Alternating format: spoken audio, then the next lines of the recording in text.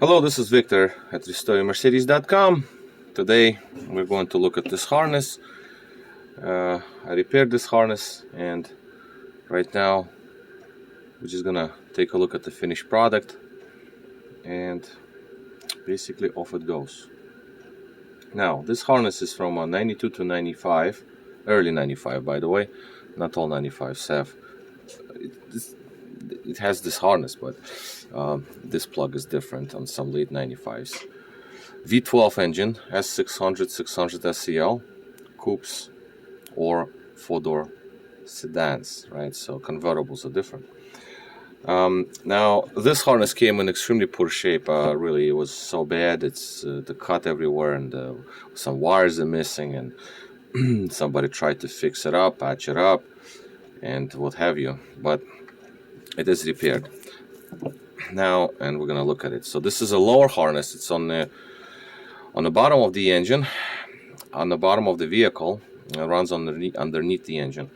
It connects to your starter, alternator, oil pressure, and oil level sensors. Okay, so that's what it is. It's the one that goes underneath. So we have obviously the main connector. So this one I do slightly different nowadays.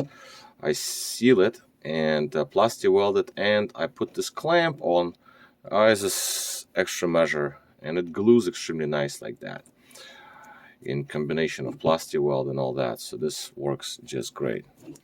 And this is the big wire here. This is our main power terminal. Just cleaned it up a little bit, and after that the wires obviously go inside this sheeting. Now this sheeting is adjustable. It moves. You can slide it back and forth, because when the wire and harness is secured to the engine components, just to hold it securely, then sometimes it shifts. So therefore the sleeves is flexible. It moves. In a couple of areas, like I said, here and there, harness was damaged, the sleeve was damaged. Now, I could have, of course, cut the sleeve and just wrap it, but this is a heat-resistant sleeving, which is a really nice material here, and I do want to preserve as much of it as possible. So that's what I did. I just taped the cut area. This grommet is going to sit around this area, and left the rest alone. Now in this area the sleeving was really bad, so I just taped over it, but we're still retaining original sleeving underneath the tape. This terminal is a starter terminal, main power to the starter. Okay. This terminal is Bendix starter solenoid connection. This wire is thicker. Obviously it's crimped and soldered. It's a thicker wire than the others, heavy gauge, because starter Bendix solenoid takes some power. This is also adjustable. Once the harness is laid down underneath the engine, then you look at the attachment points and you can move the holder here with this rubber grommet where it needs to be, so harness is secured but not over tightened. All right, now this is oil pressure switch. Now this harness came with these wires absolutely missing, so I made it quite long, although it's probably, I think it's about maybe 6 inches long, but since I didn't have original length, I couldn't make the exact same length, so I just left it a little longer just for good measure versus making it shorter. Basically there is going to be no problem of just taping wires like that together, because somewhere in the area of most likely transmission oil pan, because this is where these wires are secured, at the transmission oil pan, in the back of it. Wait, in the back or in the front? In the front of the pan, I think. Then, oh, not, I'm sorry, engine, lower engine sump. That's where it's secured. That is the well, whatever. There are some openings there. There are zip ties there, and you know the openings for zip ties. You basically zip tie this wire to the edge of the engine oil sump or lower oil pan, whichever way. you want to describe it. All right, so now here, same thing, adjustable grommet here. It slides in and out. This grommet also slides in and out. Okay, so I just basically just stick it in here into the, they're supposed to slide into each other. So you can just slide it in, leave it in, and then secure the bracket to the attachment point on the engine.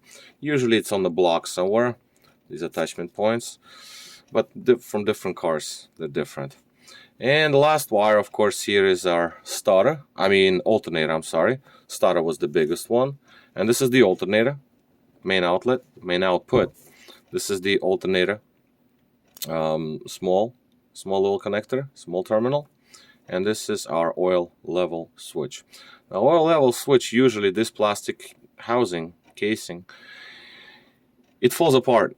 There's supposed to be a little rubber covering over it, which also falls apart, as a matter of fact. That's some old ones here. This one is actually decent.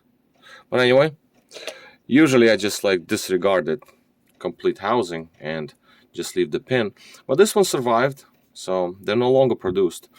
Is it very important to have it? Absolutely not, because oil pressure switch usually always leaks oil, to be honest with you, around those O-rings. It has two O-rings, they all leak. So, and this piece rubber is missing, and it never will fall off, but it adds extra weight to the actual pin. So if it would have been a single pin in there, just covered up, attached to the sensor, I think that would have been even better. But we're trying to keep it as factory as we can, so we'll leave it like that.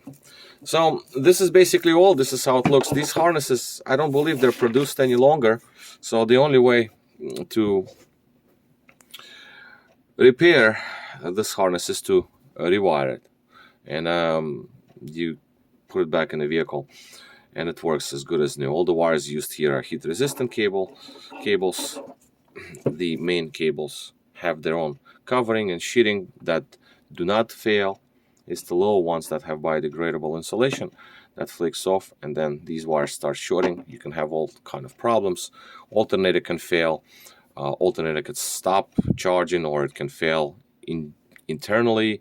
You can burn your instrument cluster, because if these wires short, this one goes straight to the instrument cluster, this one goes straight to the instrument cluster, and then you got positive 12 on this wire permanently from the alternator. So, and then you got 12 volts on the Bendix. And if these wires, this switch works on the short to the ground, so obviously you put in 12 volts to it. That's not good, because it's designed to work to ground the circuit, not to give it positive.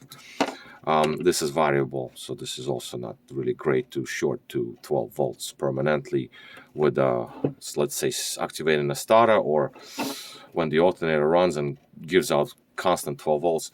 So that's not good. So this harness is always good to repair. Like I said, applies to 1992 to 1995 vehicles. 96s are different. They have their own problems, but this is for the V12s of that particular time range, production dates rather. All right, so this is basically all. This is Victor here, restoreyourmercedes.com. Thank you for watching.